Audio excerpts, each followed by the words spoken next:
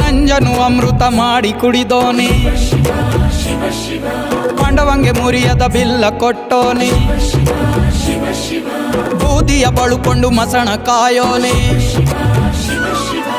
ಇಷ್ಟು ಪ್ರೀತಿ ಹೆಂಗೋ ಶಿವನೇ, ಭಕ್ತರ ಕಾಯೋ ಕೆಲಸ ನಿಂದೇನೆ, ಏನು ಚಂದ ಪರ ಶಿವನೇ.